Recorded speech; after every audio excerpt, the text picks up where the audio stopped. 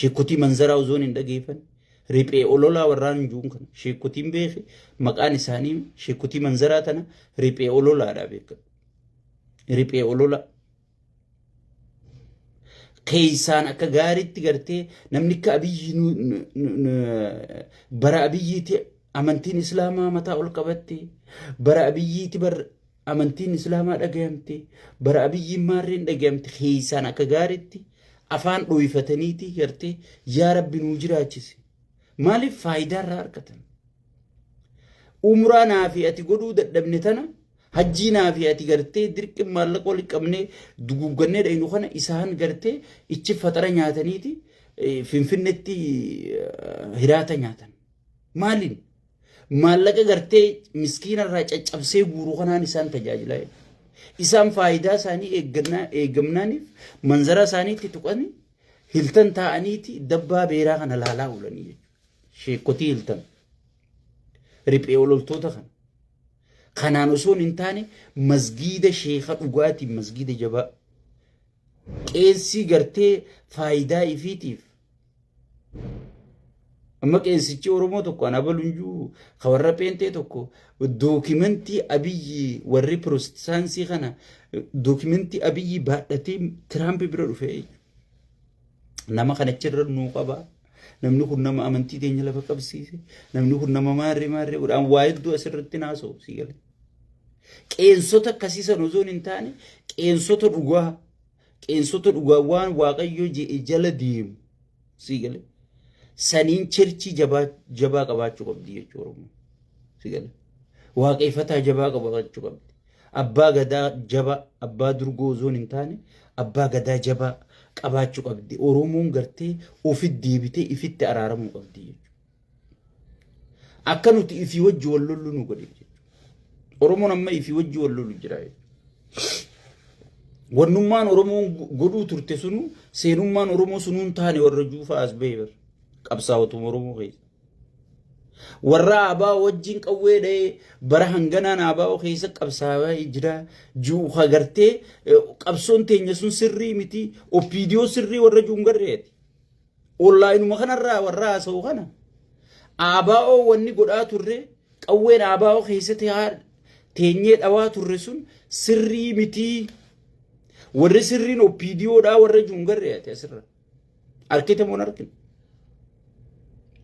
opiidiyoo gartee Oromoo ittiin cabsuuf sabboontota ittiin daakuuf Oromoo ittiin dadhabsiisuudhaaf shaabiyaa fi TPLF jaaratan tagartee mooraan Oromoo burjaajiidhaan mooraan Oromoo waan gartee burjaajoyteef rabbiin carraa kennee fi opiidiyoo duriis ummata Oromoo gatuu turte arraas ummatuma Oromoo gatuu jirtu taayee kana bar duriis abiyyumaa fi lammaa hidhuu ture bar nama biroo hidhe si fakkaatte lammuu mamma sabboona jennuun kana kanumaa hidhuu ture bar abiyyuma mamma muummicha ministeeraati jettee ilma abbaa gadaati aangoo qabate jettu kanaatu bar Oromoo fannisiisuu ture tasfaa'uun camadaafaa naayiroobiidha si gale basaasee kadeebisiise hayyoota Oromoo kagartee haayilaandii cidhaan irra fannisiisuu ture Alamaayyoo Garbaabaa fa'aa kagartee isaa wiilcheriin taa'u qaallitti keessatti rashansiise abiyyuma bar si gale hay Oromoo bar namni keenya kun maal ufateen ajaa'ibs namichuma dheengadda aabaa odii eeggartan jee akkasin nama caraa ture nama rashansiisaa tureetu muummicha ministeeraa ta'e jechuudha. Hay bar aabaa'ummaan teenya sun dogoggoraa aabaa'ummaa jechuun ka tokkummaa Oromoo barsiise ka Oromiyaa uume daangaa Oromiyaa saraarsise qubee afaan Oromoo tana dhalchiisee akka hojiitti hiikamtu godhe alaabaa Oromoo tana bocee kaayee alaabaan tun akka saba alaabaa qabu saba aadaa qabu saba afaan qabu saba safuu qabu saba gartee biyya qabu saba gartee biittisaa daangaan isii beekamtu khalafa kaayee ichi keessaa lolaa tureeti as deebi'ee warra diinaa ergamee wanni kun hundi kan milkooyne godhaa ture ay nuti sirrii miti isaan kanaa sirrii warri jiru gartan moo hin garreesse akkanaa kana fa'a uume gartee tokkummaa Oromoo kana laafisee caccabsee jechuudha. Oromoon ifitti deebuu qabaa ifitti araaramuu qabaa wanni hin jiruuf tanaa jechuudha. Arrayoo ati kaatee gartee ummata kana dhumuu hin qabu namni du'uu hin qabu namni buqqa'uu hin qabu gibiraan namni gidirfamuu hin qabu qotee bulaa manni irratti diigamuu hin qabu. Horiidarii jedhaniiti gartee bakka gartee manni tokko faan jiru mana tokko dhaqanii diigan. Baaboo maal godhuu deemta kaabire bar horiidariin godhu jira miskiintichi ilmaan 10 hojii ala darbama. Memma Harargee maayumaa fudhadhu Haramaaya mana ummataa guutuu san diigan. Mee maaltu dhufe? Wanni dhufe Oromoon magaalaa keessaa buqqa'u Oromoon magaalaa keessaa baqachuu Soomalee achiin itti diranii Soomaleen amma ijaarsa seeraan alaa haga tulluu guuletti ijaarachaa jirti jechuudha. Abiyyi asii horiidarii jee gartee wallaalaa kana gabbuqqisiisa ummata buqqisee hiyyoomsee qorqorroo takka bituun hangam takka ulfaatti immoo sigal asii gabbuqqisa Soomaleen ichiitti ol deemti jechuudha. Amaarri gubbaatti gad deemaa jechuudha. Oromiyaa gartee caccabsee zeeroo godhee sigalee ummata gartee if jibbe ummata Oromoo ummata naa uuyi Oromoo jechuu yoo dhagaan akka namni sibiraa ceehu akkasitti sirriitti irra dalagu jira jechuudha. Saniifuu ummanni keenya waan har'aa tana booda gartee warra gartee dhaqee mootummaa tana deeggaree isinii himuu jira akka xiyyaa kun. Booda gartee aboo bari ilma keenya seene maarree kee hin jiru ilma jennee isinii himuu jira. Nuti warra nu fakkaatte ji'ee dhaqeetu isinii himuu jira jechuudha. Gaafa dhayinummaas qofaa teenya dhayina hayyoota hunda dhaqe nu qofaa miti sigale. Beeytota hunda dhaqee jiru. Beeytonni hundi dhawaatuma dhawaataan gartee suuta suutaan waan kana jalaa galaa dhufanii jechuudha. Karraa maayyii hafe nuyi jechuudha dhiirri reefa nama fi sagal gara gaggalchanii dhiiroo maalii fi mee waan kana qabsoo Oromoo fidee dhiiga Oromootti bahe qaalichi kuyyoo kutee sabboontota kana as keessa kunuunsinee as keessa jaarree sabboontonni kun ol bahee aangoo san qabatee gartee shiifti godhee karaa dubbii akka Oromoon barbaadu sanii jijjiiruu danda'e jenneechi keessatti gatii kafaluu turre jechuudha. Waan sabboontota jiru san cabsee dhawaataan guutuu ajjeesaa fi dhiiga dhugaa fi wadala qofa tarrifannaan hin danda'amu jennee sabatti himuu jirra jechuudha. Boodanuu fakkaateen hin taatu jechuudha. Saniifuu Oromoon yoo if baraaruu barbaade if baraaruudhaaf yeroon isaa amma jechuudha. Yeroon isaa amma. Itti aansuudhaan hayyoonni keenya waan ajaa'ibaa waan gaariin gabbahuu deemanii jechuudha. Dubbii bareedduu gad dhufu jira jechuudha. Qabadhaa ta'an dubbii tiyyatti dhuftan. Dubbii ajaa'ibaa gad dhufu jira jechuudha. Amma woboon humnaan tarkaanfii isaa sirriitti lafa qabachaa lafa to'achaa lafa gartee dhawaataan waan kana dadhabsiisa diinagdeen namichaa zeeroo ta'ee jira. Ati mootummaan tokko muka guddaadhaan siin jenna dura. Muka guddaa kana qottoodhaan har'aas hoomarraa murta, boruus hoomarraa murta, iftaanis hoomarraa murta. Osuma irraa murtu qilleensi guddaan tokko dhufee hucciisa. Qilleensi sun osoo hin dhufne if qopheessuudha jiranii jechuudha hayyoonni. Qilleensi sun akka dhufaa jiru laalee harka namni waa argu.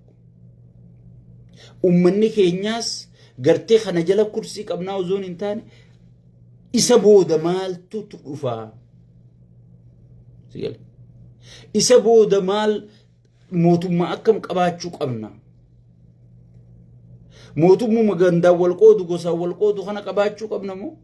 Mootummaa sirna nuu jaaree Oromiyaa tanas sirna godhee namni dandeettii fiitiin filamee dandeettii fiitiin bakka gartee isa barbaachisu taa'amoo akkanuma ganda jaaraniituma gandaan garee walirra jaaranii sigale gandi tokko ganda tokko faarsa gandi kuni ganda kaan faarsa Oromiyaa akkam qabaachuu qabna je'ee Oromoo yeroon itti yaaduu qabu ammaa jechuudha. Abiyyi is over. Abiyyi du'eeti kafanamee dhiinee irra salaannee qabrirra geessinee awwaalarra wallolu jira jechuudha. Akkanatti awwaalamu akkamitti awwaalarra wallolu jira jechuudha. Kanaaf fala kaa'u hayyoota. Hayyoonni fala qopheessanii jiranii jechuudha. Yeroo gabaabaa keessatti gadi isinii ba'uu deema. Yeroo gabaabaa keessatti gadi isinii ba'uu deema. Yoo inni ka'ee eenyutti kaayyattan, yoo inni ka'ee eenyu jira, yoo inni ka'ee miixirkishoo jira, aboo bar osoochi ka'ee isa kaaftee harreechi geessite harreen namicha kana caalaa biyya bulchiti. Hayyoota gurguddaa wayyaanee uu cabsee wayyaanee gartee fuudhee maqalee galchee san osoon tattaa'aa jiraniiti. Osoon hayyoonni bebbeekamaan kun osoon woboon jirtu, osoon jaawarfaan jiranii, osoon lammaan taayyeen faan jiranii. Osoon hayyoonni bebbeekamaan kun jiruuti. Yoo inni ka'ee eenyu qopheeffatan, yoo inni ka'ee maaltuchi jira, yoo inni ka'ee maal adeero atiin na laalu kun abiyyi caala biyya bulchita. Dhugaan siima. Maaliif afaan Oromoo beeyta, fedhii Oromoo beeyta, fedhii Oromootti hin qaanfattu, afaan Oromoo kanaas dubbachuu hin qaanfattu, waan Oromoon fedhuu sujirra oolchuun sin qaanfachiisu. Osoo afaanuma Oromoo akkuma duraan haasa'u sanitti haasa'e wallahi biyya tana nugusa ta'ee bita. Nam tokko isa bira deemuun fedha. Namicha gaafiin Oromoo isa biratti gartee biyya diiguudha. Namicha yoo Oromoo mirga fi gaafatte du'anurraa dhaabi jetteen biyya diiguu deema siin jiru. Namicha uummata gibiran dabalii yoo jetteen biyya diiguu deema siin jiru. Namicha ni kijibdaa baharree atiin fiddooggi jeen baandaa Ijiptiiti siin jiru. Uummatatti hin kijibini. Uummata gatiin taane hin kafalchiisini. Amma Oromoo gartee ollaan guutuun Oromoo jibbu jira. Mootummaan kun osoo hayyoonni dhufee bar hayyoota kana gaafa isinin mul'ate galatoonfachuu ta'e amma jaawarni balaaleffattanii gaafa wanni jaawar dalagu jiru tun isinin mul'attuu dhufuudha. Bar Oromoo biyya qabattee jonosaayidii gootii Tigree caccabsitee, Amaara caccabsitee, Shaabiyaa caccabsuu deemti. Bakka uummata jeeqaa East Afrikaati. Uummanni kun aangotti maluun qaban jedhanii bara hayyoonni biyyattii guutuu waraqaa karaa Ameerikaatii fi addunyaa barreessu jiran kun bakka nu bu'u jee hayyoonni keenya iyyee Oromoo seef godhu jira. Yaa obboleeyyan kiyya isiniin galmu.